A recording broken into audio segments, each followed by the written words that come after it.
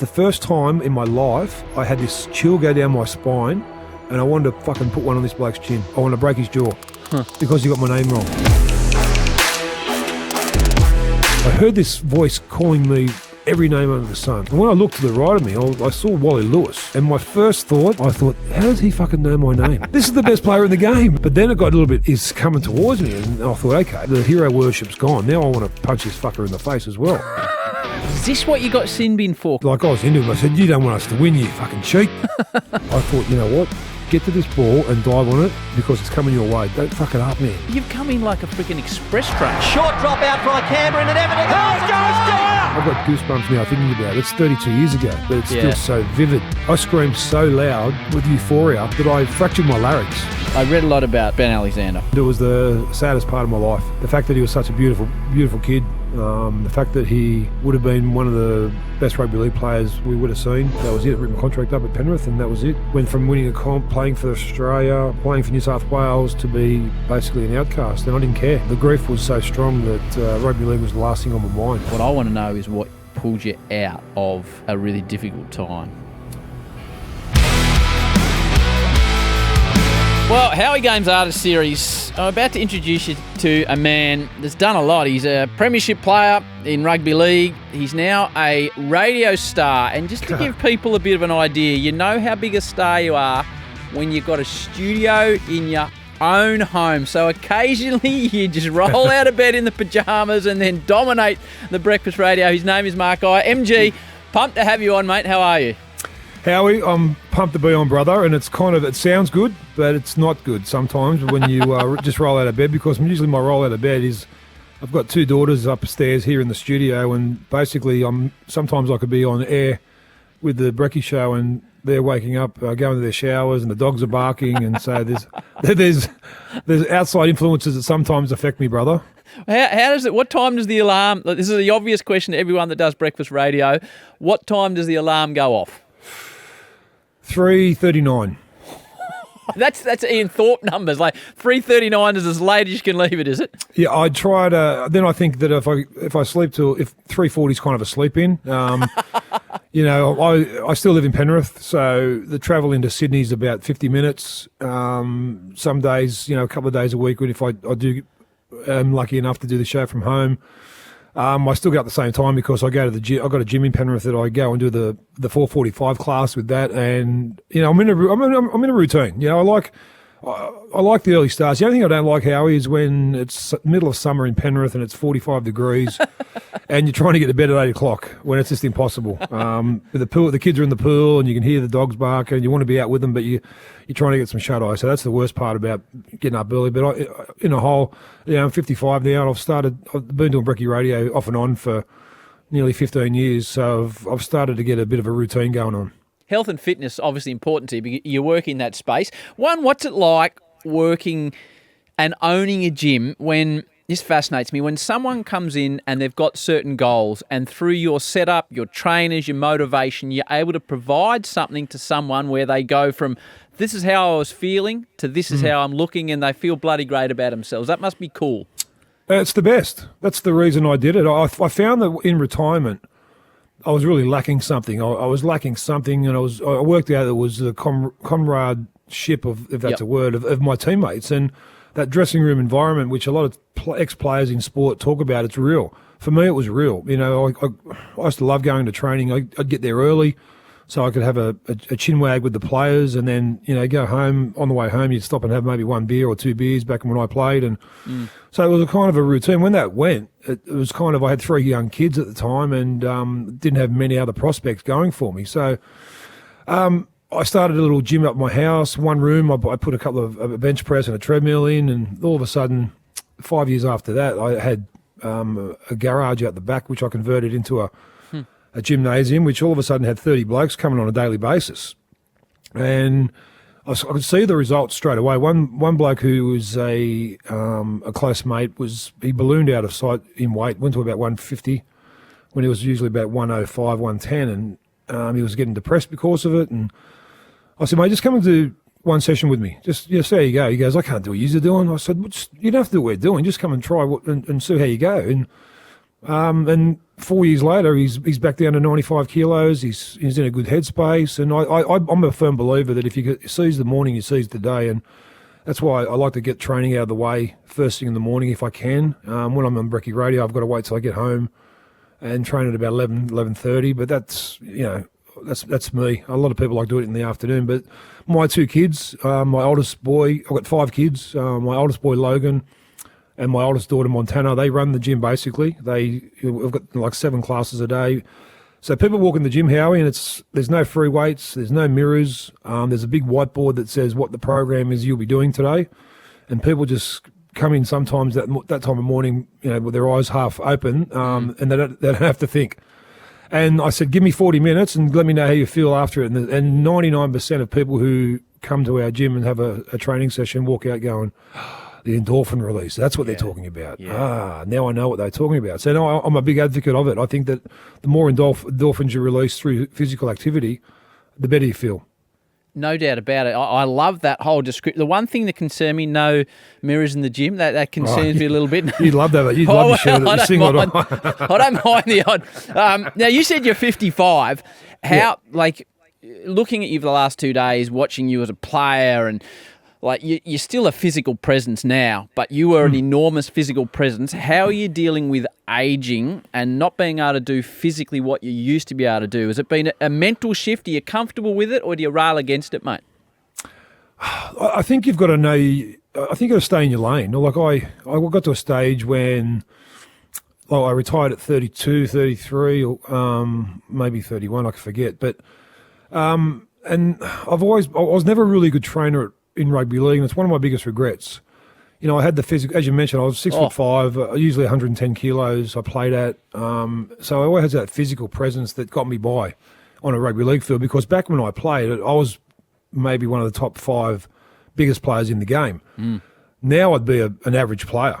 Now I'd just be like some 5'8" of my height and size. So some of the backline players, some of the wingers, are 6'6", 6'7", and jump like a Kazali. So it's, I just think that I've with being the big man on the field, I never kind of pushed myself in the training paddock. And so once I finished playing, I realised that I had to do something to keep all. You see ex-sportsmen, ex-rugby league players, they either go one of two ways: they either put a lot of weight on, or they go really, really thin. Yeah. I wanted to try and stay somewhere in the middle. I didn't want to bash myself like I did as a rugby league player, because the reason I retired, Howie, is because I didn't want to do another pre-season of fitness. I realised that really quickly. So I realised that I could find a happy medium, do half an hour a day and then go for a walk with some mates. And at the time, you don't really realise you're solving some problems in each other's lives by just having a chat to each other. And it's obviously in the last 5 to 10, or last 3 to 5 years, the mental health campaigns are everywhere, and everyone's kind of cotton on that you need to help yourself, especially physically and mentally. And I think that keeps the squirrels away from me. If I keep training and doing what I'm doing, I think there's a means to an ends to it. And it's as far as physicality goes, I know my limitations. I don't try and keep up with the younger guys. I know that at my age I can do certain things. I know that I get sore a lot easier after it, but I've got a lot of I've got a lot of things I do that help, ice baths and saunas, and there's a couple of local guys that have them type of things that I use. There's one in Penrith. There's all these ones that we're access to. But the main thing is just trying to do something every day. And as a rugby league player, but I was told from a young age, probably from about, I played first grade at 19. So that first year, I was told to be the biggest and toughest man on the field, and that I didn't want, the coach at the time didn't want people running my way. So I had to be as scary as I could be. And that's, for a kid to hear that, sometimes I took that literally, and sometimes I took that away from the game as well. I'd go over to the club after the game, and I'd still be, after a win, you'd still be buzzing, and someone looks at you the wrong way, and you go, "Wait, what are you looking at, you wanker?" That's gone from my life now. The occasional road rage, or looking for a fight or a pub or a club, because I don't go to pubs and clubs anymore. I just most of my entertainment is done at my house, and I have my mates over. I've got a select amount of mates, and it's with 5 kids, mate. It's there's always something going on at my joint. To put it that way. You mentioned the sauna and the ice bath. We got a sauna a couple of years ago at home, and then we got a pool that obviously in Victoria it's bloody cold in winter, so it performs. And you just like getting exercise, going in the sauna, and then getting the ice bath. You feel absolutely on top of the world. A question that you said there, and we'll get into your journey, mate. But you said the physical and mental side, and then you said I had to keep. I think the expression was alongside kept the squirrels at bay in your mind. Well, what are the squirrels, and what happens if they're not at bay? The squirrels are, I suppose, the thoughts of getting older. I never thought about getting older until I was probably 52, 53. I kind of never had any, it's never entered my mind. Then one morning I woke up and thought, oh shit, I'm like middle-aged, almost middle-aged, I know that science and technology are on our side these days as far as illnesses go. But my mental thoughts was, I'm deeming 53, 54 to be, kind of the second half of my life. And for a bloke who's been very, very enigmatic as far as enjoying life goes, that was kind of a bit of a thud to me. I've never, look, I'll put on the line here, I've never suffered from any mental illnesses, or I've never gone down the road of any bad thoughts. But I know that when I don't train for 2 or 3 days, my head is a lot cloudier. And I call them the squirrels. That the squirrels in my head are trying to eat the nuts, and if they don't get their nuts, which is i.e. me training, well, they're going to go hungry. And it's a kind of a silly metaphor, but it's something that I think mental health can't be mucked around with. And I know I've seen a lot of suicide from players who played our game. We know a lot more about CTE now that I never. I probably got knocked out 15 times in my life as a rugby league player. That's an average of once a year. Probably, that's 14 times too many. But do you worry about that? Look, I'd be lying if I said I didn't. I'd be lying because I've seen so many of my comrades, like really fit guys too. There's Steve Feuds, who passed away from a heart attack a few years back, and on the autopsy found that he had CTE. And one of my good mates, Mark Carroll, has just been diagnosed with it. Wally Lewis, my muse in Origin. So yeah, there's that. I don't dwell on it, Howie. That's the thing. The thing about my life is that I can, when I go to bed at night, that's kind of when I do my most thinking. That's why it's hard when you do brekkie radio, because you've got to go to bed when you're not tired. Because if you don't get the hours in, then you're going to underperform in your job. So it's a daily battle. But it's one I've got hold of because of the fact that I make sure that I do things that I'm always on the go. I might have a bit of ADHD. I don't know. I've never been diagnosed with it, but I know I'm OCD, all that type of stuff. But it's a passive type of way. Like I don't dwell upon it. I don't. But I know that if I don't train for 2 or 3 days, I just start to feel differently than when I do train. Yeah, I think a lot of people do. A lot of successful people need that release. When you were on the early in the media and the footy show, and you were, I think, self-proclaimed man of the people, and I was reading about you being the man of the people. Yeah. You still live in Penrith, where you grew up. So you're in the western suburbs of Sydney. You're on, from what I can gather, talking to people at Triple M, just a big multimedia megastar million. Although Mick Malloy probably takes a fair bit out of the whack, to be fair. But financially, you could be living where a lot of affluent people in Sydney live, on the northern beaches, the eastern suburbs. You still live where you grew up. How come? Because I want to. I was born in Auburn Hospital. Mum was 16. 16? Dad was 18. I was conceived at Blacktown Drive-In. Do you know what they were watching or not watching at the time? That would have been Clockwork Orange or something. I don't know. It would have been something. Dad was into his westerns and the Beach Boys and all that type of stuff. But Mum was working there, and Dad wooed her with his panel van. He had one of them stickers on the back of it that said, "This van a rockin', Dad by the knockin'." And come on! What was your dad's name? Kev, Ace. Come on, Ace. Oh, no. He's one of them rockabilly rebels, He had the tattoos when he was 14 down the slide. They had the long side levers. And, it was, wasn't until I was about 8 years of age, I I came home from school one day and I was looking in our house at Wayland, this little fibro shack, and Mum and Dad had a picture of themselves at their wedding day. And I said to myself, Mum and Dad got married in June 24. My birthday's December 7th. That's 6 months. And Dad saw me thinking go down this scale, and he said, yeah, you're the reason we got married, mate. And I said, so I was at your wedding. And they go, yep, you were at the wedding. So, yeah, they were battlers, mate. My parents, they're still battlers. Dad's just gone through his 4th bout of cancer, and he's had prostate about 5 years ago. He kicked that in the arse. Then he had bowel cancer, and he kicked that in the arse. And then he had lung cancer. He'd done that. And then about a month ago, we found out that the prostate was back. So this time's a little bit more serious. But you know what? He's a fighter, mate. He's a fighter, and he taught me without saying too much about fighting, and that's kind of why I live where I live. I met my girlfriend, who is now my wife, when I was 18, and we've been together ever since. She's the sister of Greg Alexander, and I kind of, when I first saw her, I fell in love, and I had this feeling in my heart when I went to work. I couldn't stop thinking about her, and I had to ring her 3-4 times a day. I knew I was smitten because I'd had girlfriends before, but I'd never felt this way before. So, what was it about her?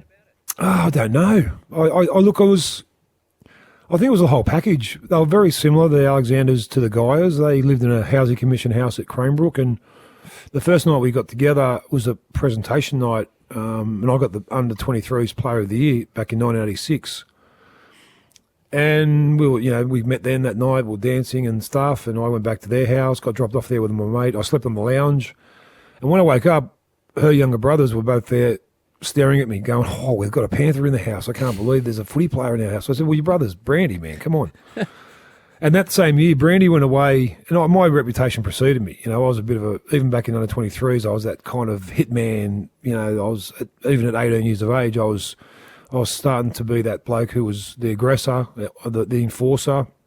But I also had some skill as well, which kind of gets a bit underrated in the hypothesis of when people think they talk about me. I did have a little bit of skill, but I'm more known for my aggression. So Brandy went away to the Kangaroo Tour in '86 after about 3 weeks of me meeting Megan, so he didn't know that we were going out. He was in first grade, I was in under 23s. We knew each other, but we didn't speak that much. And then Megan started writing letters to Brandy and back and forth because there was no mobile phones and there was no internet and stuff. And in one of the letters she says, oh, by the way, Gregory, I'm going out with an under-23s player. And she left it at that. A week later, the letter come back and, hey, Meads, good to hear from you, and blah, blah, blah. At the bottom of the letter, which we've still got to this day, that's great news about the under-23s player. Look, I don't care who it is, but as long as it's not Mark Geyer. I love it. So we've been together. So in 2026, it's 40 years we've known each other, and she's my best friend. And that's they're from Penrith. Like that's the whole. To answer your question about why I still live here, I couldn't see myself anywhere else. My 5 kids. Two of my kids were born in Perth. One was born in Perth, but we raised one in Perth for the first 3 years of his life. And then the other 3 were born in Penrith as well. So all my family are now up at the Central Coast, most of them on my side. But all my mates are here, all my my friends, and that's what's kept me here. I love Penrith. I love the country town vibe. It's still got it's a big city and a country vibe, which I love. So growing up in the western suburbs when you did, so we're talking the late 70s, early 80s, I guess. How rough and tumble was it? What was life like at home?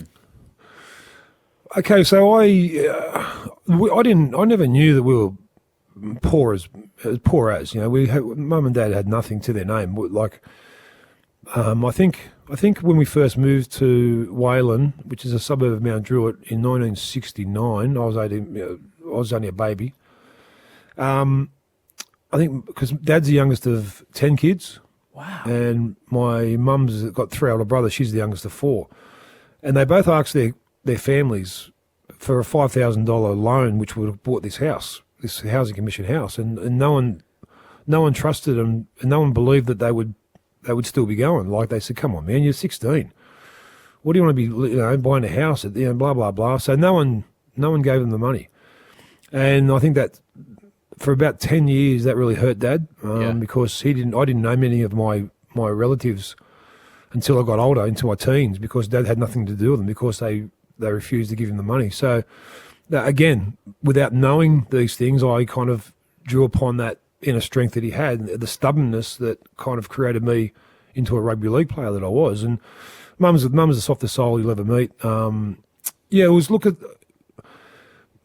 at the age of about 11, I reckon I was in year 5 or year 6 at school. That was when I started looking after my siblings, because I realised Mum and Dad worked from 5 in the morning till 2 in the afternoon. Then they had to, then for about 3 or 4 years there, they were that poor that they had to go and do another job in the night. So I had to get the kids off to school. I had to give them something to eat when they got home. At age 11? At age 11, yeah. And jeez.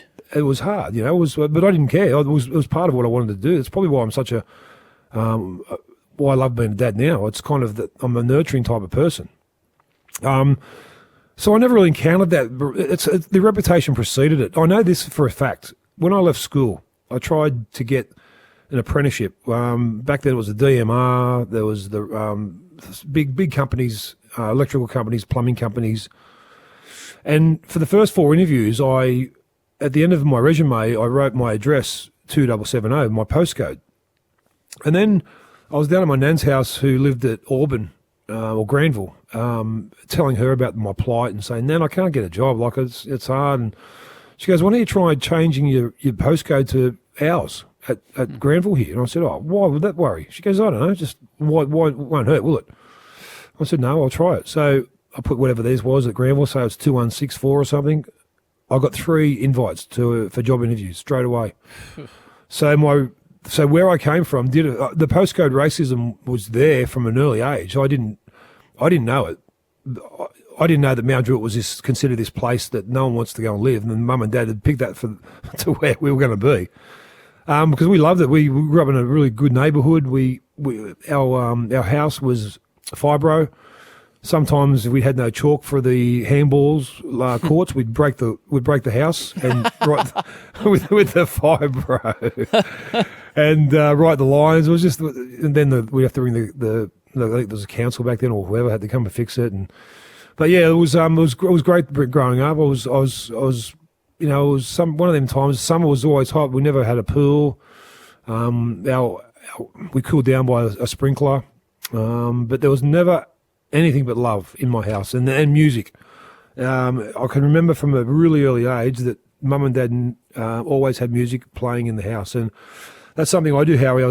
We spoke earlier about me being up at 3:30 in the morning. The first thing I do is put the music on. I put my Spotify playlist on, and it just for about half an hour. Give me an idea of who's on there. Everyone's in there. In Excess are my favourites. They're my favourite band of all time.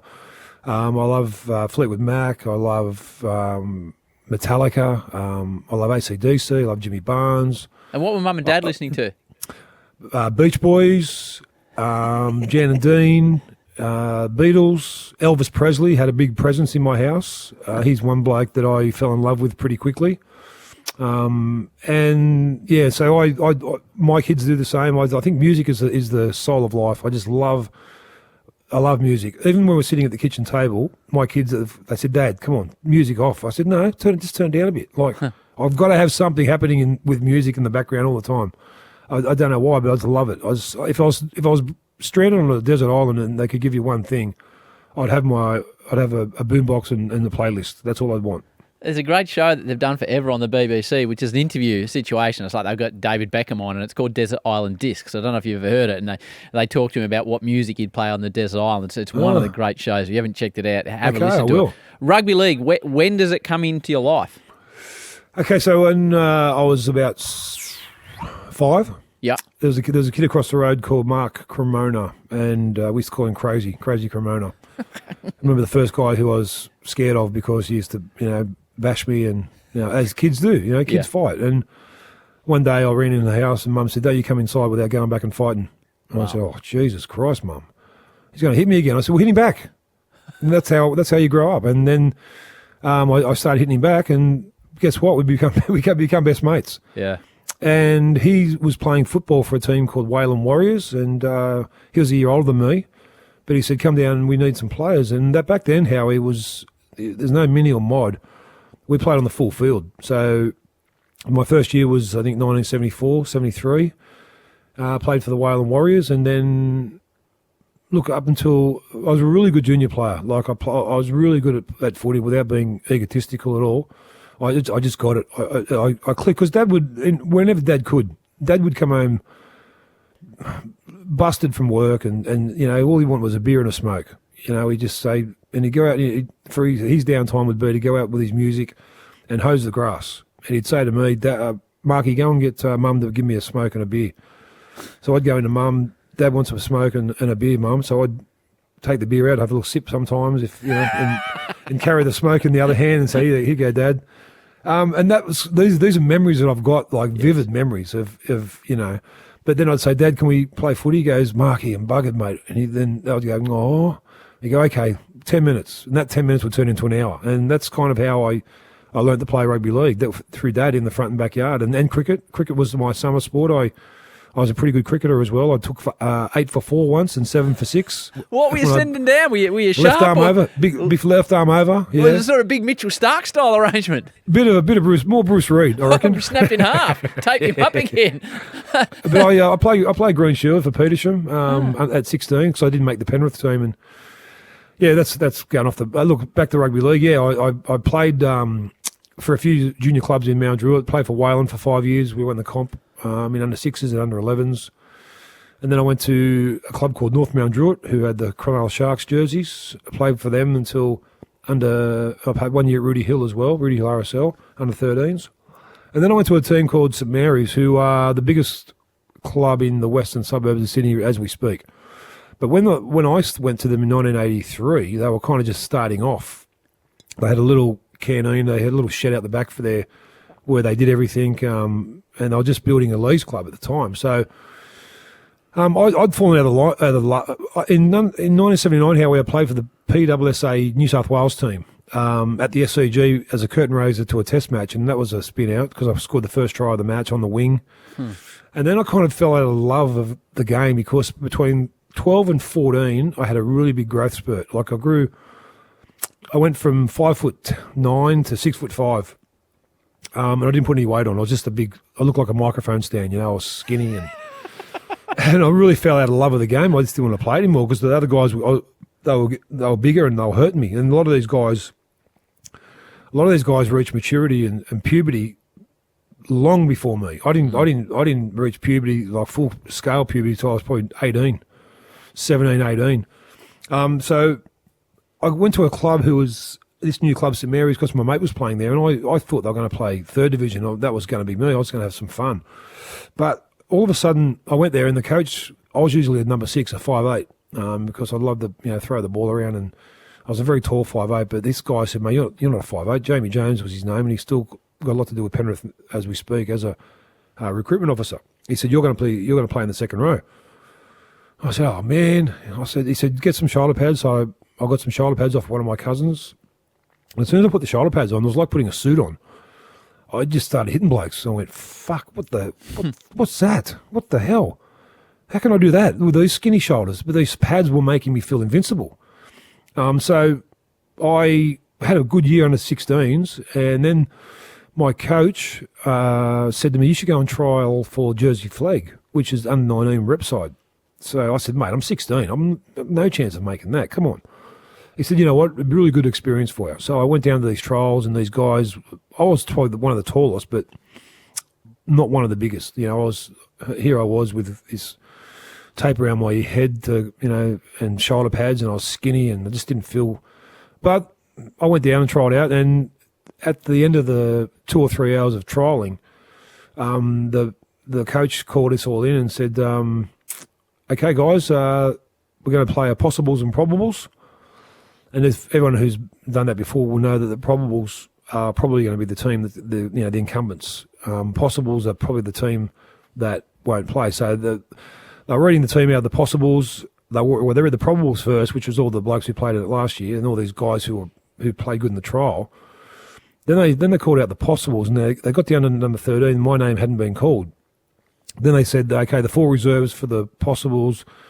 14 wasn't called, 15 wasn't called, 16 my name wasn't called. Number 17, the trainer said, number 17 for the possibles is Nick Geyer or Nick Geyer.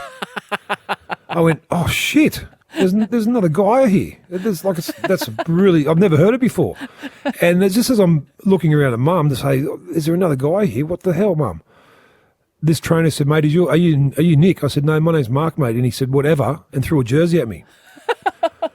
And Howie, I'll tell you straight up, for the first time in my life, I had this chill go down my spine, and I wanted to fucking put one on this bloke's chin straight away, and I was 16. I wanted to punch him, I wanted to break his jaw because he got my name wrong. Yeah. I looked to the right of me, and my mum is bawling her eyes out. I said, Mum, what are you crying for, Dale? What's wrong? She goes, they don't know your name, Dale. How are you going to make the team? I said, okay, let's see.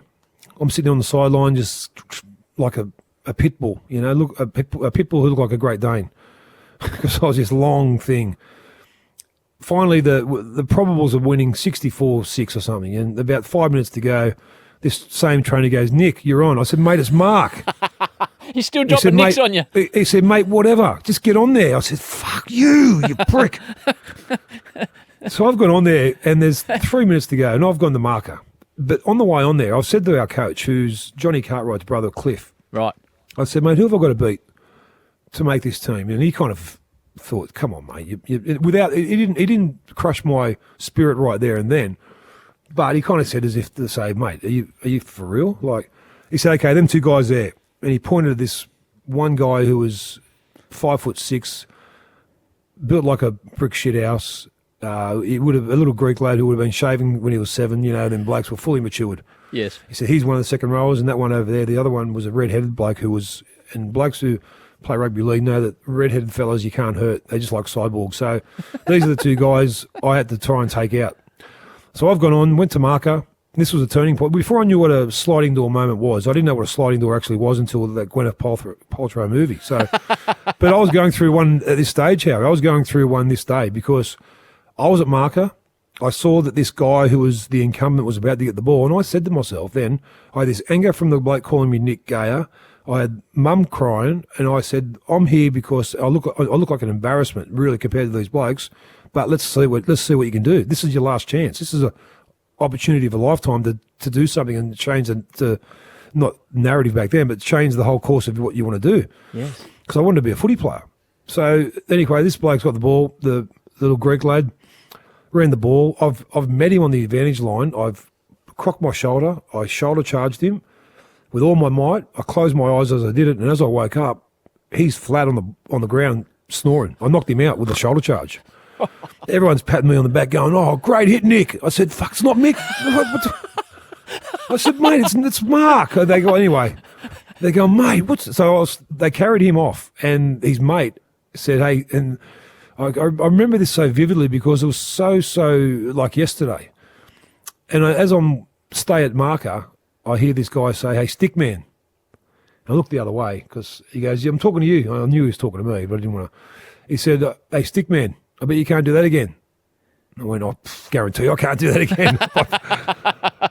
But I'm thinking I'm going to have to because he's going to run straight at me. So this guy went straight back, like he went back 30 metres deeper. And I went, okay, this is for real now. This guy knows that I can shoulder charge, and that was my weapon of choice, by the way, when I played. Because obviously now we don't need it in the game, but back then when it was considered a big tackle, I was the master of it, and I perfected it on this day because as this guy's got the ball, he's gone dummy halfback, 5'8", centre. Then the second row's got it off to the outside centre and ran straight towards me, with snot coming out of his nose, like, you bastard, take my mate out. And just as he's gotten the ball, I've ran quicker to him and done the same thing, cocked my shoulder, bent my knees because I was probably 6 inches taller, and drove with my legs and, again, closed my eyes. And when I opened my eyes, he's on the ground snoring. He's out. One. Two tackles. 2 tackles. Everyone's going, Nick. I go, I'm with them going, yes, my name's Nick. Fucking who cares, Nick? So This Wow. all over. So I'm walking back to the car with Mum, and now Mum's crying again. I said, Mum, what's wrong, Dale?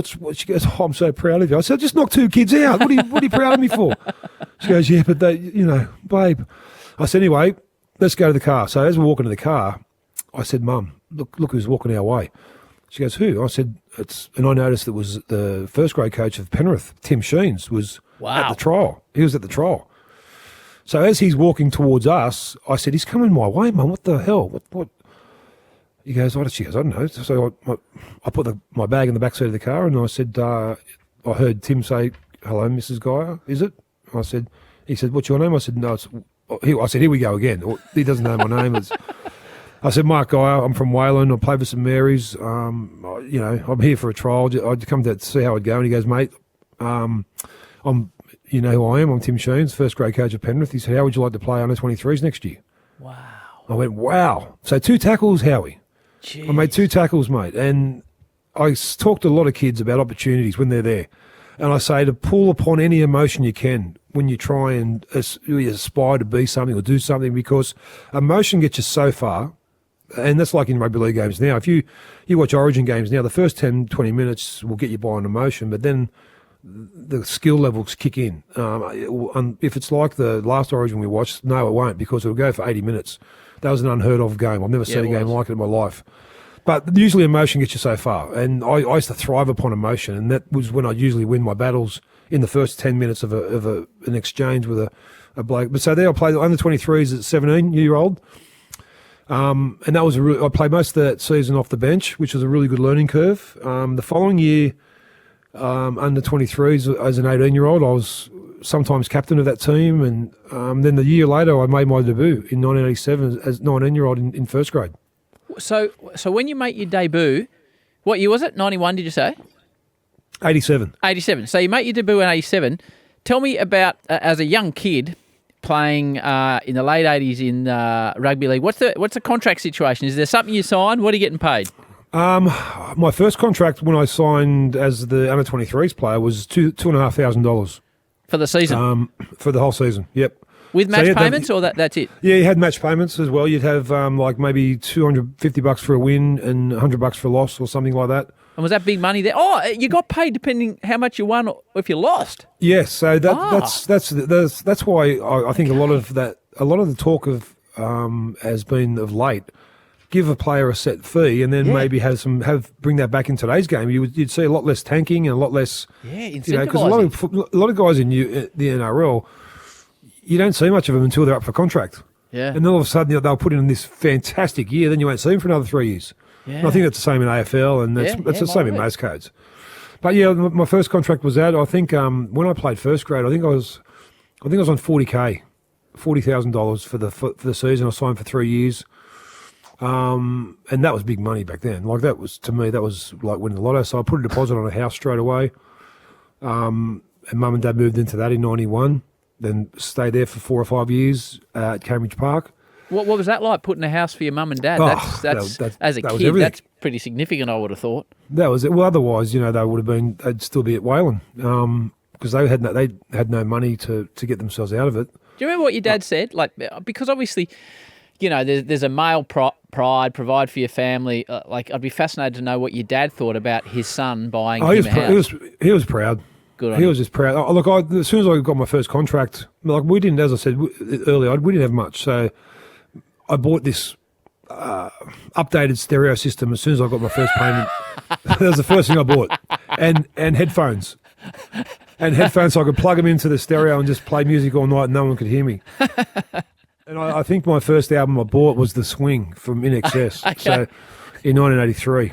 So that was, so then I'd start getting more money, so I'd buy more things for Mum and Dad's house, and I love giving presents. I'm really much a giver. I get sometimes embarrassed by getting presents. I love being able to give presents to people, and that was the ultimate present because it was my mum and dad plus my 2 of my siblings as well. My younger brother Matty and my younger sister Melissa. My other sister had a boyfriend and they were living together, but. That meant the 4 of them could move to a house with a pool, and right across the road was where Matt went to school. So for about 5 or 6 years, they called it home, and it was fantastic. It was. I'm glad that I could have been able to give that to them. That's all. We'll skip forward a bit because I want to really talk to you about the media as well. But 1990, you lose a grand final to the red hot Canberra. Like I was going through. As I said, I'm not a rugby league guru, but I was looking at the names, and Melvin Ninga's running around, Laurie Daly's running around, and like these are household names even in a non-NRL state. You lose that 18-14. So the Panthers never won a title at this point, have they? They No. haven't won. So what is it like? The obvious question before we get to what it's like winning one, what's it like walking off when you've lost a grand final? Well, there was a build-up to that, Howie, because we had this team that, once in 1988 we had players like Peter Kelly and Chris Mortimer come from the Bulldogs who had been ultra successful in the 80s, and they were at the end of their career, but just them coming to our club with so many local juniors, Brandies and the Johnny Cartwrights and the Brad Fittlers and the Mark Geyers and the Barry Walkers and the Cole Bentleys, all these kids who have been local juniors, they kind of taught us how to be tough and how to be respected.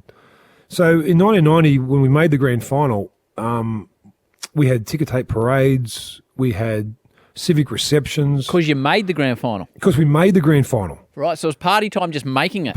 It was party time making it. So we had shirts made up, myself and John Cartwright, called the Terror Twins. We were back, second rowers, and and then all of a sudden we're at a big hotel in the city called the Hyatt for the grand final breakfast, and Phil Gould was our coach, and he said to us, "Okay, boys, go back to your rooms, have a couple of beers, but like we usually do on a Wednesday night, just keep it. We've got a game on Sunday, and we've got the breakfast in the morning, so be cool."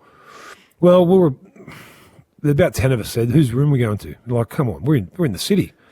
Like, we don't come in here that often. The boys from Penrith are ready to cut loose. We were ready to cut loose. 4 days out from the game, 5 days out from the game. Come on, we've got plenty of time to recover.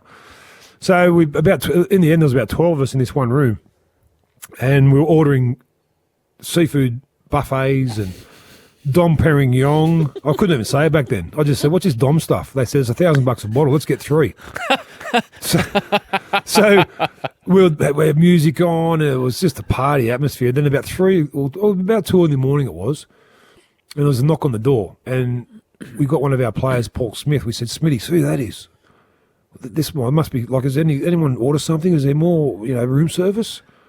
And Smitty went over to that little, the little hole, little peephole, and said, it's Gus, the coach. You've never seen 12 grown men stop and be so shit scared and jump over lounges and hide behind plants. And I said, "Don't let him in." He goes, "Oh, fuck, he keeps knocking."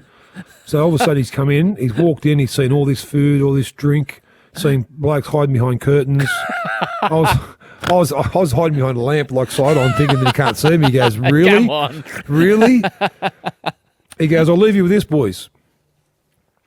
You've just lost the grand final." Oh, wow. And we went, "What? Well, you can't say that before a game, Gus. What are you talking about, mate? Give us a chance." But history will tell you he was right, because we didn't give the respect that the grand final deserved. We were happy just to make it. So I got told before that game that there was the Kangaroo Tour going. For those that don't know what the Kangaroo Tour is or was, it was basically 3 months in Europe. You do 8 weeks in England playing against all them teams over there while you have 3 test matches against the Poms. And then you'd spend a month on the way back in France. You'd have 3 test matches against France, and it was just 3 months of fun. And before the grand final, I got told that there was one spot left. And I got told it was out of me and Gary Coyne, who was a second rower for Canberra. So basically whoever won the grand final, they were on the plane. And so after we got beaten, I thought, well, there goes my chance of making the Kangaroo Tour. And then we got back to the club and we were draining our sorrows. And our CEO was on the microphone over the whole club and said, "Just want to make an announcement. We have 4 players who are going on the Kangaroo Tour." And when he read them out, and my name was on it, I went, whoa. Wow. So, yeah, party time on that, because we were in the Emus, second team, so we'd play Wednesday nights. The first team would play Sundays, so you'd basically have 4 or 5 days on the drink. And it was just a really good learning curve, because we could see these days every game is televised, and examined to the nth degree. But sometimes back in the day, back in the 90s and late 80s, you would hear about this kid in Canberra, or you'd hear about this kid in Penrith, or you'd hear about this kid in Brisbane, but you'd only see him once every month because not every game was televised. They'd have one game on a Sunday at 4 p.m. and they'd have one game on the ABC at 3 p.m. every weekend. So there's only 2 games televised. So if you weren't one of them teams getting televised, you wouldn't know what this kid's about. Or you watch a bit of video on them. But so when you go on a kangaroo tour with these guys, all the walls break down. You see Steve Roach and Paul Sirenin and Glenn Lazarus and Bradley Clyde and Laurie Daly and Ricky Stewart. They all miss their family like you do. Yeah. And they all get sad after training because they're homesick like you do. So all of a sudden, coming back from that tour, we changed our jerseys at Penrith while we were away, the 4 of us. We went from the Chocolate Soldiers to they called us the Licorice All Sorts. We went to this really smick looking black and what it is today. Yes. And we kind of had this attitude that us 4 in particular, we told the rest of our teammates, we said, you know what? They're not that scary. Like we've seen it firsthand. It's like, let's take it to them. And we did. And we lost 4 games all year and we got to the grand final and we did exactly the opposite of what we did the year before. Not many people, I consider myself very, very, very lucky because not many sports people get the chance to atone 12 months later. And we did. We had the opportunity to atone 12 months later against the same team, at the same venue, at halftime it was the same score, 12-6. They were down. Up. 12-6 we were down. Yep, we were down. And then all of a sudden, we were in the dressing room at halftime, and it was Roy Simmons' last game, and he asked Brandy, who was captain, and Phil Gould, who was coach, he said, can I just have a quick word to the boys before we go back out? And after he had his 30, 40-second begging us not to lose this game because I don't want my last game to be remembered like this. We're all in tears. We're all bawling our eyes out. We ran back down, wiping. If you watch Vision, you can see us wiping our eyes as we're walking down back to the race. And I was so pumped up that then we scored about 10 minutes into the second half, and the touch judge came on with his flag up and said that our player had hit the bloke in the face, but on replay you could see that he dislodged the ball. Didn't go near his face. So our player picked it up, scored, try. So when they disallowed a try, I said to the touch judge, I said, you're a cheat. Or I said, an effing cheat. Is this what you got sin bin for? Because this is what I want to ask you because I watched the highlights last night. Yes. This is what I got sin bin for. Right. So you get for calling the ref a cheat. I said, yeah, an effing cheat. Like I was into him. I said, you don't want us to win, you fucking cheat. And Bill Harrigan, the referee, he called me out and said, you call him a cheat? I said, well, mate, that was a try. He said, go. And I thought I got sent off in a grand final. I thought, no. Was it 10 minutes? He goes, 10 minutes. Sin bin. Okay. But I thought I was gone for the game, for dissent. So 10 minutes, I walked up the race. As I was walking up, I could hear and feel footsteps behind me, and it was Gus Gould, our coach. He said, sit in here now, and you've got 2 things to do. You can feel sorry for yourself and, blah, blah, blah, blame it on the world because you've done the wrong thing. Or you can go out there and help us win because they're going to hold them. They're going to hold these guys to 12-6 for you to come out and help us win this comp. I said, yep, sweet. So it felt like an hour in there. I've come down the race. I looked at the score. There's still 28 minutes to go on the clock. No, there wasn't. It was about 18, I think. Because I got sin bin about the 28th minute mark, so about 80 minutes to go on the clock. And as soon as I come on, Howie, there was this move that we used to practice at training called North Sydney, and I wasn't in it. I was nowhere near. I was just like a decoy on the blind. And all of a sudden, I'm in the middle of this move called North Sydney, and I got the ball after just coming on for the second time, my second run after being on the sin bin, and I got it, and all of a sudden I heard Brad Fittler go, MG. So I flicked the ball around the back to him. Is this where you sort of flicked it around your back? Yeah. Oh, sharp work. I wasn't even involved in that play. It's the best ball it's the best ball I've thrown in my life. I've never thrown a ball like it. I'll never throw a ball after it. It was just it was something was in the air that we had to, it was our turn because that stuck to Brad Fittler's hand. He gave the Brad Izzard, scored on the post, 12-all. We're in this game up to our eyeballs. So then about another 5 minutes later, Greg Alexander, Brandy's kicked the field goal. We're up 13-12, and we're hammering their line. We've got the momentum. about 4 minutes to go on the clock, I saw the late great Scotty Geyer from the Raiders. He had the ball, and we had a line dropout coming our way. He's put a little short dropout in, and I thought, you know what? Get to this ball and dive on it because it's coming your way. Don't fuck it up, man. Come on. You come in like a freaking express train. I realised, Howie, that if I time this run right, it's going to bounce right in my chest. And it did. And I thought I was going to score a try in the grand final, but Mal Meninga was back there loitering, the bastard. Tackled me, and then I heard MG. And it was Roy Simmons. In his last game, club legend. Last ever game. And he went in the corner, and I've got goosebumps now thinking about it. It's 32 years ago, but it's still so vivid in my mind.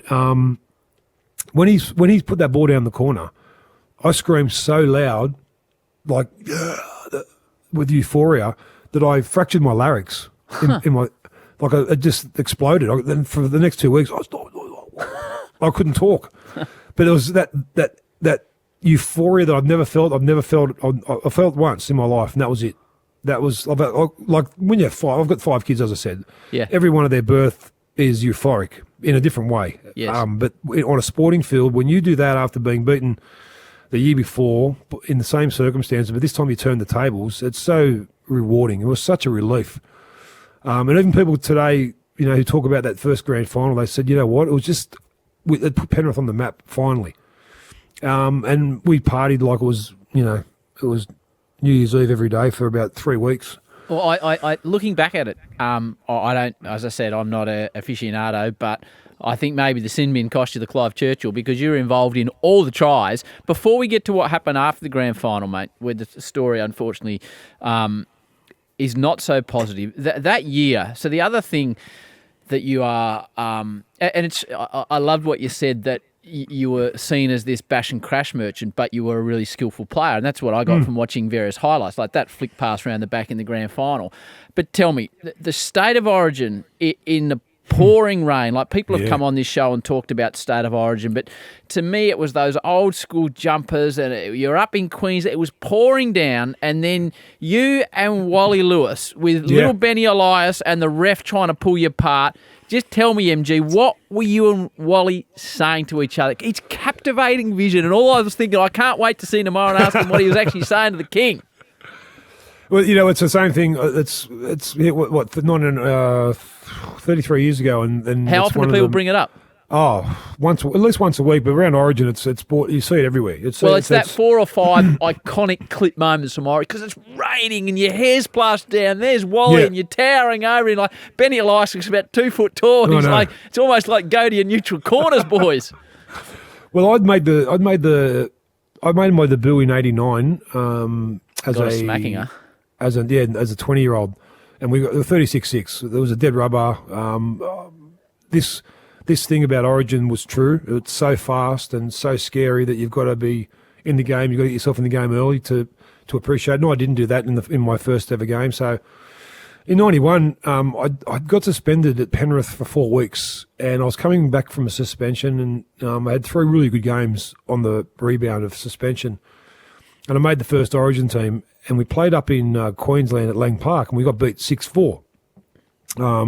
A really dour struggle, both teams, So I didn't know whether I'd make the second team. So I got replaced in that first game and then got put back on with about 10 minutes to go. So I didn't know if I'd done enough to make the second team. When the team got announced, I was in the team.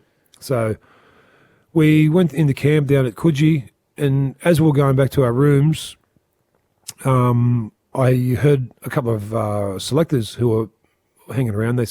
One of them called out MG. And I looked around, I said, yes, hey, mate. He goes, you got a minute? And I said, yeah, of course. So I went over and sat in like little, like them Happy Days, Fonzie's little benches, across from each other. In the booth. At Arnold's or Alf's. And I sat there and said, hey, boys. And they said, mate, what's going on? I said, what do you mean? They said, that first game, you'll pick because you're aggressive. And I said, yeah, well, I'm coming off like the suspension things. I don't want to be suspended again because it started to cost me money at Penrith. And one of them said, well, mate, when's the last time you saw anyone get suspended or sent off or sin bin in State of Origin? I said, I had to do a quick think. And I said, never has there been. They said, that's right. I said, what do you mean? They said, we want you to go into this second game with a bit more authority, and we want you to do things that you mightn't have thought you'd get away with on a footy field, but you will get away with it in Origin because anything goes. I said, what do you mean? So you're basically saying I can do whatever I want against these Queenslanders and nothing's going to happen? They said, well, we won't say it in public, but we're saying it to you, yeah. So what? Well, so these guys have basically given me a green light to go out, run amok. So I went out. Day of the game and run amok. Day of the game was pouring rain, Howie, and I used to hate playing in rain because you mentioned it. We had the cotton long sleeve jerseys. We had heavy leather ball. We had big thick boots. That these days they're playing like slippers. They're so light. Yeah. And your socks would get heavy always, and I'd hate that. I hate that feeling. My socks getting pulled down and heavy. But this day I didn't give a damn. Because I knew that I'd been given a green light by the New South Wales hierarchy, so I'm going to go out there and do what I can to win this game. And if it means playing outside the rules, well, so be it.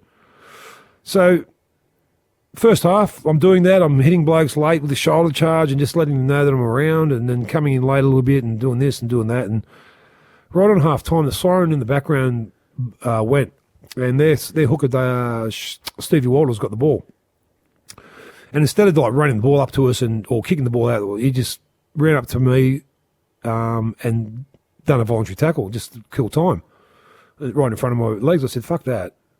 Done a rabbit chop to the back of his head. It was a genuine bunny chop. That's how I would have described it. As you do.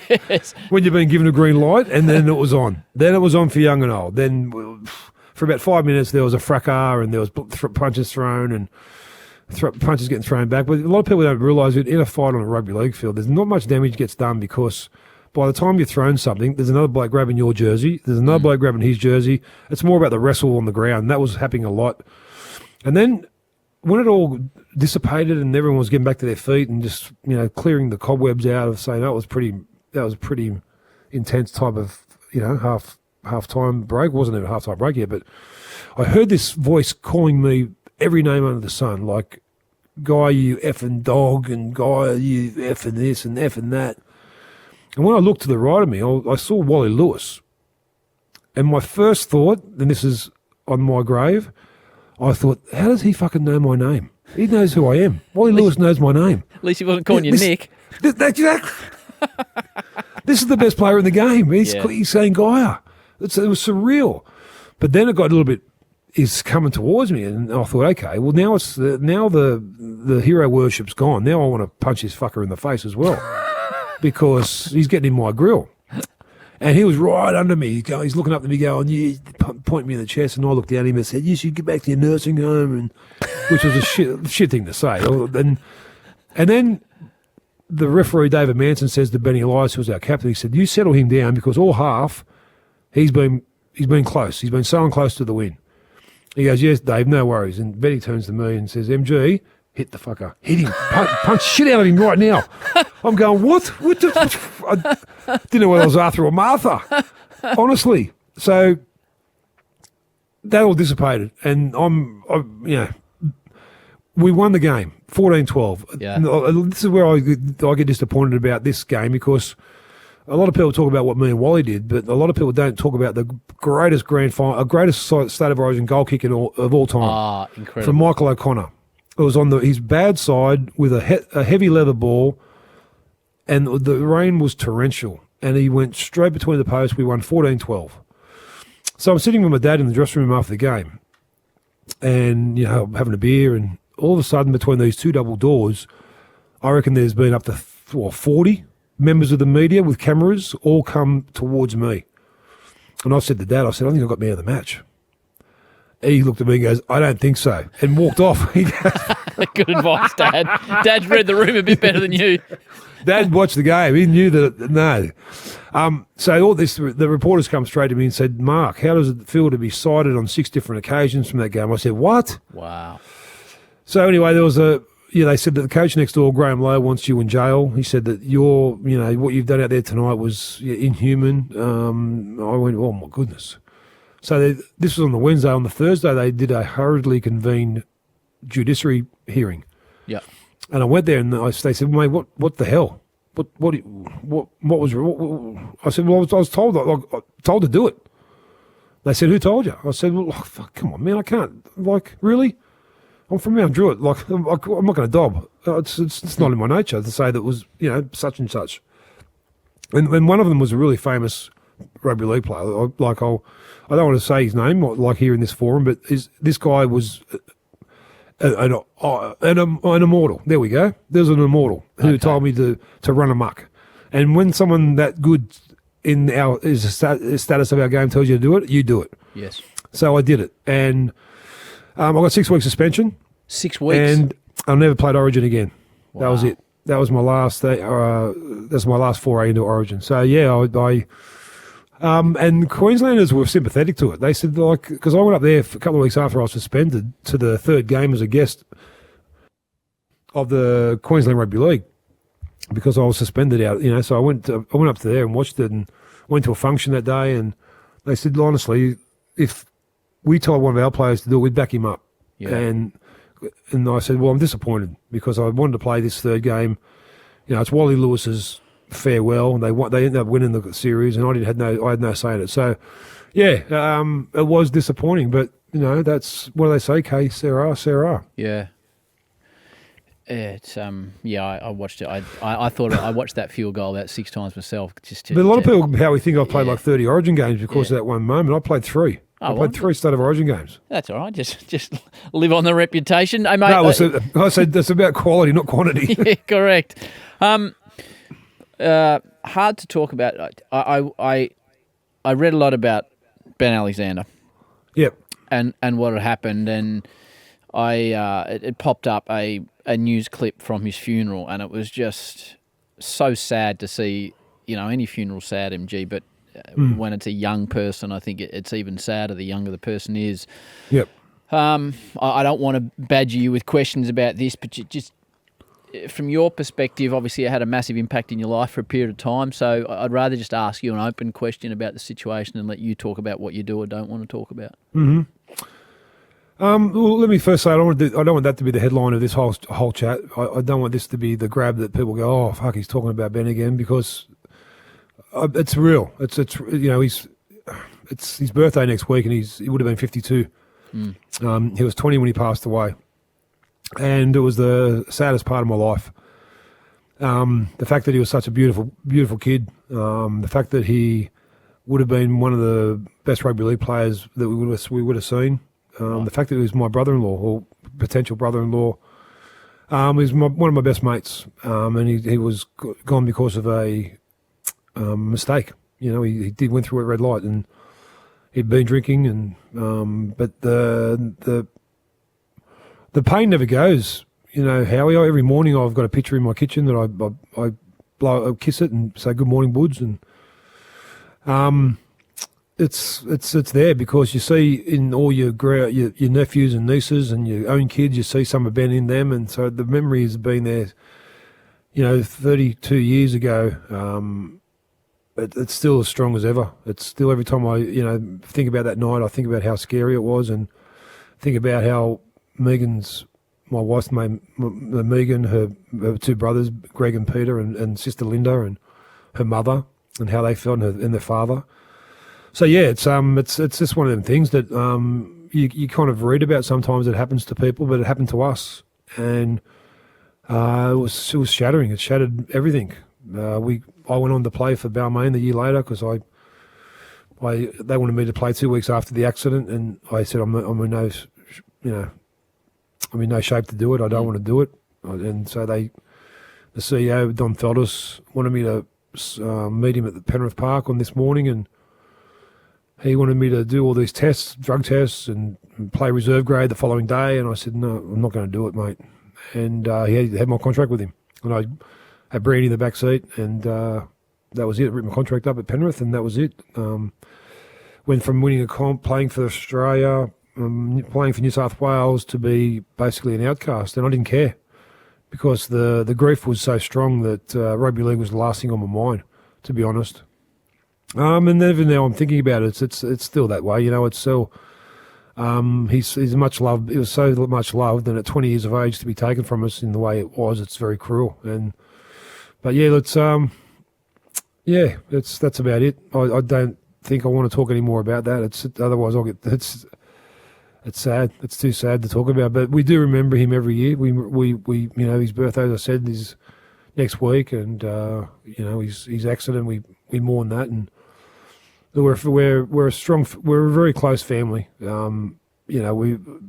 Megan's brothers and sisters and my family, they're all very close, and we know how much it impacted everyone at the time. And Penrith, it impacted Penrith for a long time as well.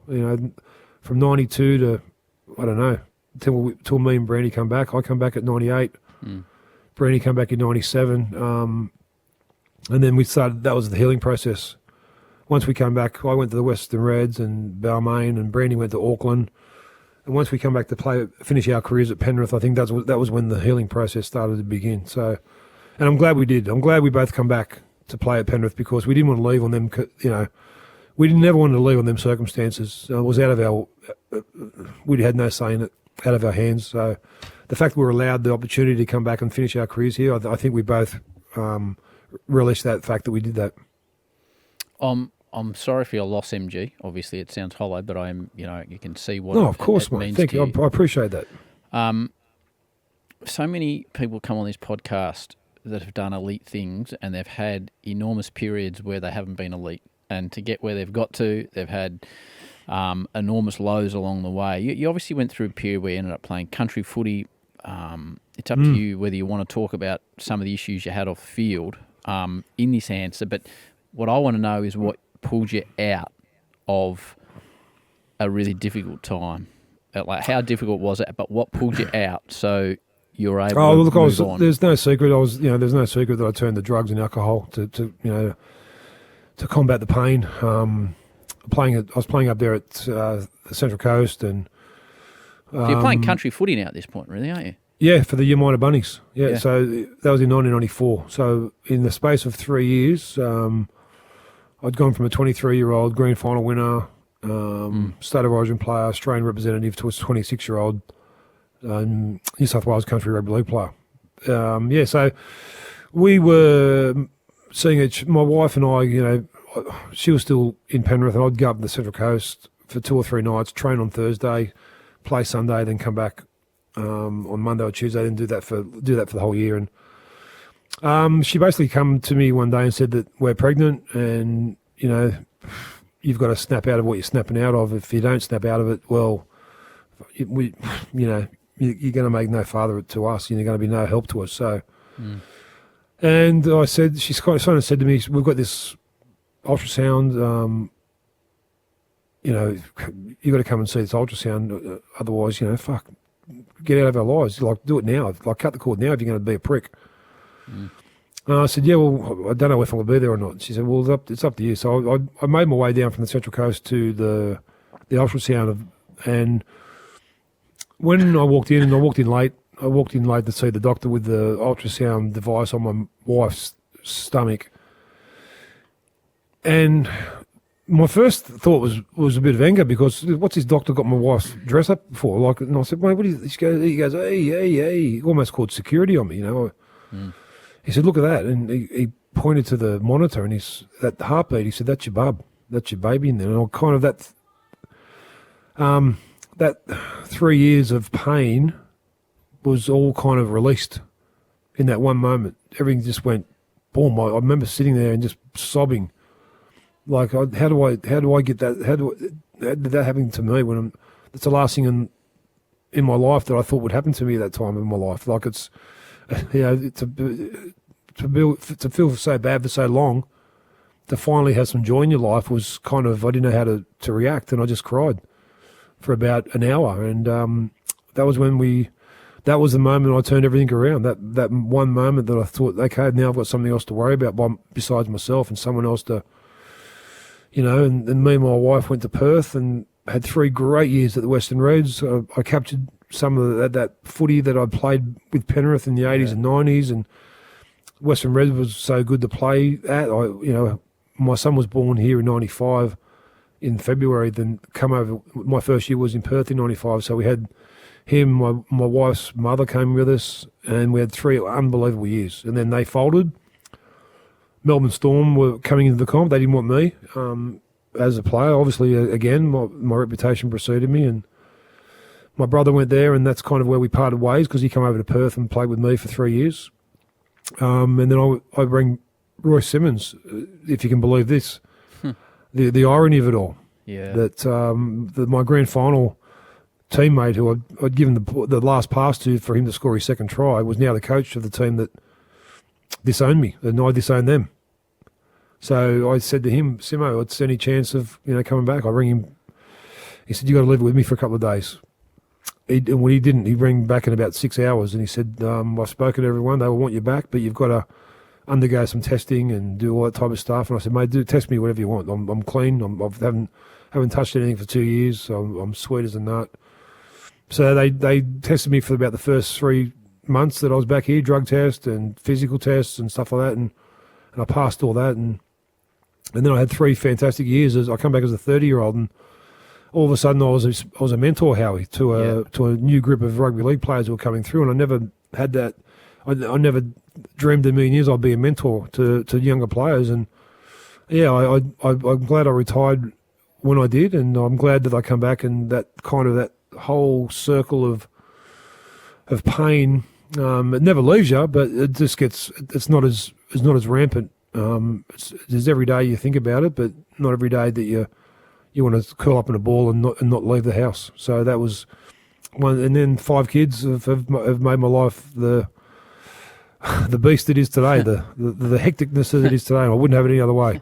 I'm glad to hear it, mate. You talked about being a mentor when you came back to rugby league. I know. It was funny. I looked back at a story with you and bloody Daryl Eastlake, who for me was big Daryl. He was a good him on the weightlifting at big events was.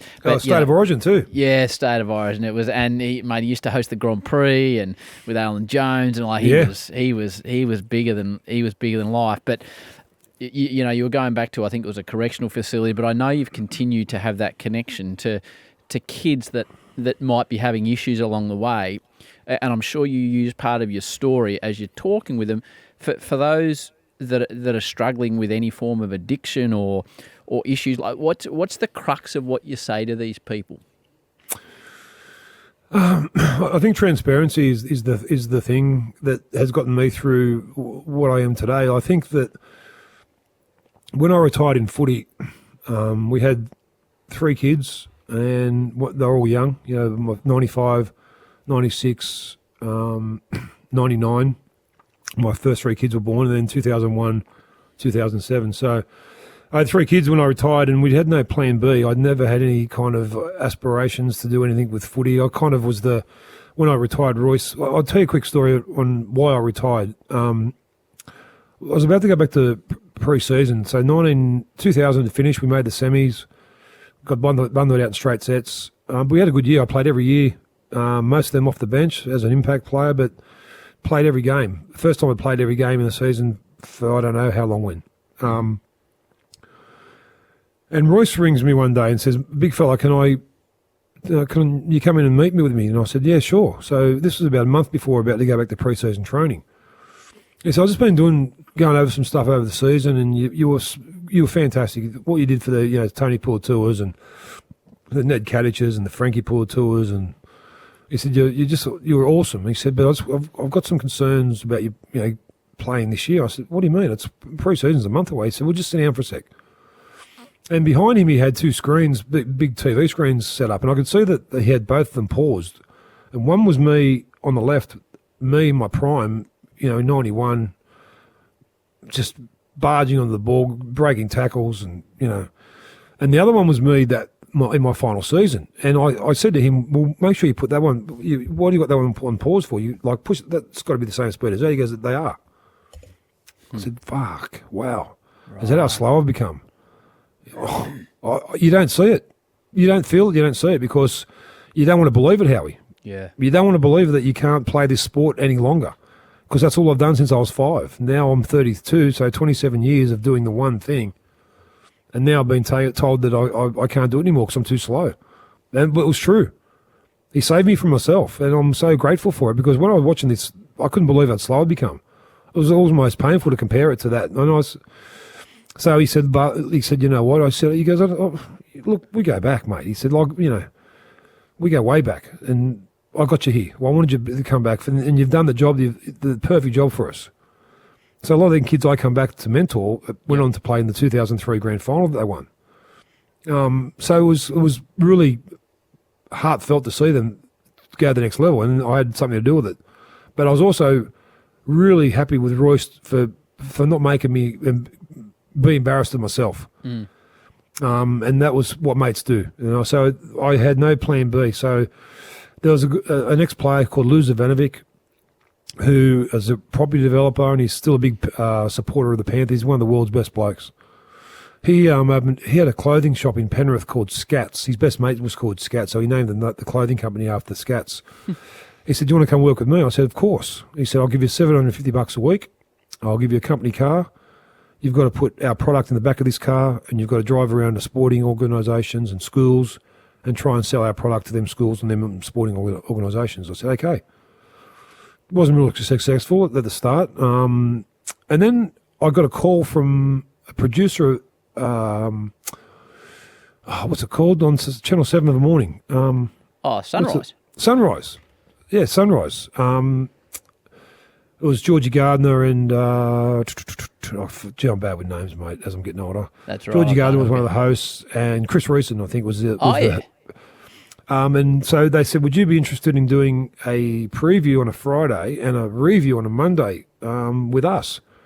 So that was my first job in the media. I'd go down to Channel 7 at Epping, I'd go in the studio, and then I'd cross to a big guy called Paul Salmon, the fish. Oh, the big fish. The big fish. He was the Melbourne me. So he was doing the AFL, and I was up here doing the... so I did that for 2 years, but while I was doing that, on the way home from... So me and my wife had decided, okay, with this, when I got the job at Scouts, we decided that whatever comes my way, I'm not going to say no to anything. If it's construction, if it's landscaping, if it's selling, just don't say no. Say yes, yes, yes. And I just kept saying yes. I had ABC Radio ring me. Do you want to do Sideline Eye this week for the Tigers and the Eels game? I said yes. Then I had 2UE ring me. Do you want to come into a panel show in the studio? Yes. I had 2GB ring me. Do you want to come into a panel? Yes. I had 2SM, Talking Sport. Do you want to? Yes. And then finally, I got a job on, I got a call from Jamie Angel at Triple M. He said, do you want to come and do Dead Set Legends with Billy Birmingham and Ray Warren? I said, yes. Wow. And that was my start at Triple M in 2007. So I started doing that weekends on a Saturday, Dead Set Legends, having the time of my life. And then I kept reading, Howie, about this breakfast show that Triple M were looking for. They want to make it sport orientated. They've already got 2 members of it. Gus Wallen was one, Stuart McGill was the other, and they were searching for the third cog in this triangle. And this was going on for about 3 or 4 months, because Gus was living in England and he had to come back for these trials every 6 weeks, and they still hadn't found the third cog to this wheel. I was at 2SM one day going through some emails and stuff, and then I had this phone, and I realised that every time I'm on the phone and someone tries to ring me, that message goes straight to a voice message. I had about 12 voice messages that I never knew I had. So one of the voice messages was from Jamie Angel, which was 3 weeks ago, saying, "G'day MG, this is Jamie Angel, head of content here at Triple M. Just want to see if you're keen to come in for an audition with Gus Wallen and Stuart McGill for a brekkie show." You haven't replied? I hadn't replied. 3 weeks. 3 weeks. Played it real cool. Cool. That's what he thought. He goes, so I rang him straight away. I told him the story. I said, mate, this is what happened. He goes, can you come in tomorrow? I said, yes. So I went in. Richard Mortlock was the overseeing executive producer. The Craig Bruce and Sammy was Hamish and Andy's producer. Sammy's Kavanagh was there. So they wanted this show to work. They got a call at the grill team. So I went in. They said, just go in there and we're going to do 2 breaks, one on sport, one on non-sport. We'll see how you go. I did the first break.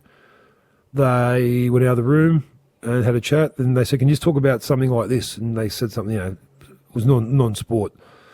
Spoke about that. They went out. They said, how would you like to do a brekkie radio show? Wow. I went, wow. So, yeah, so the the big fish, they wanted Matty Johns from the get-go, but Matty was going through other stuff that he couldn't do that. So they offered me to sign a 3-month deal. And I said, well, no, that's no security for me. With, I need security. They said, well, okay, well, what about 2 years? I said, yep, fine. So then, one thing led to another. Howie and myself, Stewie McGill left the show. Then it was me and Gus and Matty Johns and Chris Page for 9 years on the Brecky Radio Show, which was fantastic to be on. Was so good to be on. Things have changed, obviously, since then, and we've gotten older and we've gotten our separate ways, but Brecky Radio is not for the faint-hearted. I enjoyed every minute of it, I must confess. Some of the people I've met over the years, oh, my goodness. I remember my biggest, oh, my goodness, I can't believe I'm doing this. Yeah. Was we're doing the show, and upstairs was, because I don't know, you know the Sydney landscape. Yes, it's I do. At Goulburn Street there, you've Yep. got Triple M on the 14th floor. Yep. And on the 15th floor, you've got Today FM. Yep. So our security guard, Will, was walking this guest through, and I looked out, we're on air, and as I saw this person walking towards, the upstairs, I went, fuck it, this. I swore on air, I said, fuck this Hulk Hogan. Wait, what is he doing here? It's Hulk Hogan, what? So Pagey put us in dump, or he dumped me, and then put us in delay. Yeah. Our producers went out and said, what are you doing? He said, well, this Will, who was a champion bloke, loved us and loved Colin. Colin and Jackie were great to us, by the way, when we were in the grill team. They were so good. They taught us so much. So he said, I thought you guys like to chat to him first. Oh. What? So he's come in with all this, hey, brothers, what's the goal? Let's talk about something. Let's go. And then, what producers are like, they said, they said to Hulk Hogan's people, can you, do you reckon you'd be up for an arm wrestle with MG for our socials and all our, I said, oh, come on, I don't arm wrestle him. He'll kill me. He goes, no worries, brother, let's go. So he's in character. Then me and him are sitting at the table about the arm wrestle. Yeah. He goes, mate, like in this different voice altogether, he goes, mate, no, my arms are gone. Please don't go too hard on me because my arms are... I said, mate, you are winning this. You're going to win this. I'm going to fight back, but you're going to win, okay? He goes, oh, yeah, now we're talking. So I'm wrestling Hulk Hogan. I'm wrestling Hulk Hogan. Biggest unbelievable moment of my life. I can't believe it. I watched him as Thunderlips in Rocky. I'm going, this is my ultimate hero. Here he is. And I'm arm wrestling him, and he's saying, don't go too hard on him because he's got fucked up arms. So he beats me, and he goes, yeah, good opponent, MG. He said, but mate, that was the moment that I went, you know what, this breakfast radio thing's okay. Because over the years, I'm going to put a book out. I've got in my phone, I've got about 100 photos of some of the most contrasting guests you'd ever meet in your life. And I'm going to give them a rating out of 10, each guest that I found. I'm going to give 2 little paragraphs on what it was like to confront them in the flesh. I love this. I love the fact that you got to spend that many years of a morning with Gus Wallen, who is the biggest-hearted, most beautiful man you could. Yeah, we're born same day, same year. We're twins. Right. Yeah. Well, you're a bit like DeVito and Schwarzenegger in many ways. I reckon. Like you're very different men. But before I wind up with you, so what do you think the key is to breakfast radio? Because you've been successful for a long period of time. And now you're doing it with Mick and you're killing it up there in Sydney and everyone wants a piece of you. What's the key? Again, transparency. I think that as soon as you're speaking to a microphone, the listener in the car or the kitchen or the playground or wherever they're listening to us, they hear it straight away and they know if you're bullshitting. And they know if you're a liar. They know if you're talking shit, and they don't suffer fools, especially our audience on Triple M. They're from the heartland. And a lot of the people I'm talking to are from my neck of the woods, west of Parramatta, down to Campbelltown, out to Richmond, up to the Central Coast, down the Wollongong. They're kind of a lot of them grew up like I did. And that's why I never hide from the fact of where I've come from and where I want to go. I don't want to go anywhere. I'm happy where I am. I just want to make sure that I don't come across as that flog who people think is full of bullshit. Yep. And that's the one thing that I think why I've lasted, because I can't articulate when I'm under pressure. I stuff words up, but I think that's the beauty in it. Howie, that most of the audience do the same thing. Relatable. So, and when they hear me say something that it's wrong, they know what I mean, but they'd have someone in their family who do the same thing. Oh, that's Uncle Steve. He does the same thing. He's close, but he's close. Yeah. We know what he's talking about, but he's just a little bit off. He's just a little bit off. We all know an Uncle Steve. It's funny, MG, when I don't know, it was a month ago or 5 weeks ago, and we were putting out the gold medal minis on the Howie Games, and the wonderful people here at SCA organised like a publicity morning, and in the space of 2 days I would have done 15 different radio chats, which you're always really grateful for, that people are taking an interest in something you're doing. But you're on the phone half the time you haven't met the people, and some are engaged and some you can tell they're just trying to get through the segment and get onto whatever they're doing. But and I don't say this to you, well, it shouldn't embarrass you. Of those 15 chats we had, and my wife was listening in, and she said, "Oh, who was that one? Who was that one?" And I said, we just did MG and Mick Malloy, and she said, "Oh, he's the rugby league bloke." And I said, he was the warmest, most engaging, most interested of all the interviews I did. And then she said to me, "Why don't you get him on the podcast?" Well, because it's the little things when you're on a guest on someone else's show, if they can show a genuine interest and make you feel highly comfortable, which you did over the phone line into a Sydney breakfast show, which is with an enormous audience. It's little things like that, and that's when I came away thinking, I can see why this guy's so successful on the radio, because he's just warm and genuine. What's your wife's name? Erica. Well, yeah, I have a glass of wine with Erica. I think she'd be my wife. Okay, so when I was on Brekkie Radio, Meigs would be my biggest critic. I wouldn't listen to the content or the producers.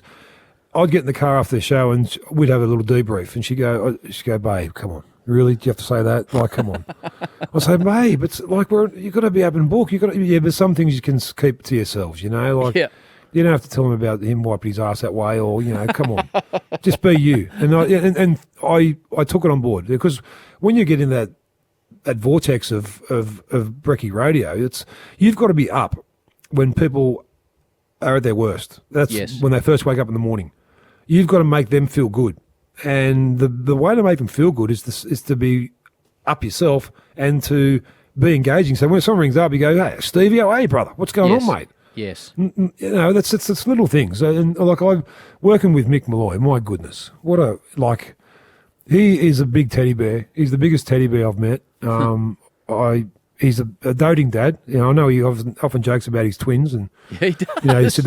He said they were triplets, but I gave one away. Like every morning, mate. People ask me what's it like to work with him. I said, you know what? I get paid to laugh. Yep. I don't like saying that word, living the dream, because I don't know what it is. I don't know what that saying means, and it gets overused. But I am actually privileged to be in the same studio as this guy who I listened to in the early 90s, long before the Grill Team even were thought of, with Marto and Mick Malloy, Martin Malloy. Yeah. And, all the shows he was on. And now I'm actually standing next to him each morning, rubbing shoulders with him. And the girls we have on the show, Kat Lynch is the anchor. She's fantastic and one of the best journos in Australia. And Natasha Belling just gives us that, point of difference. It's great. I love it. I love Mick. I love that Melbourne-ish.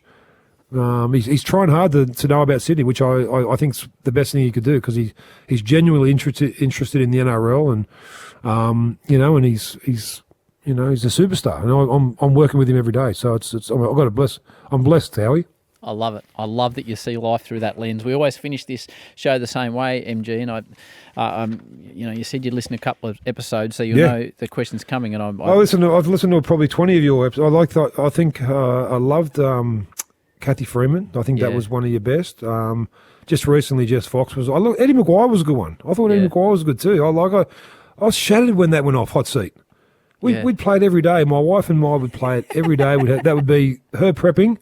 I'd pour the wine. We'd play the game, and by the time Eddie was over, we're ready for dinner. And now it's gone. Now I'm shattered. Well, Eddie's never beaten, so you never know, mate. It could pop up again. But we always you've had tremendous success in a sporting field and now a media field, and I think people understand why you are so successful, because you're warm in yourself.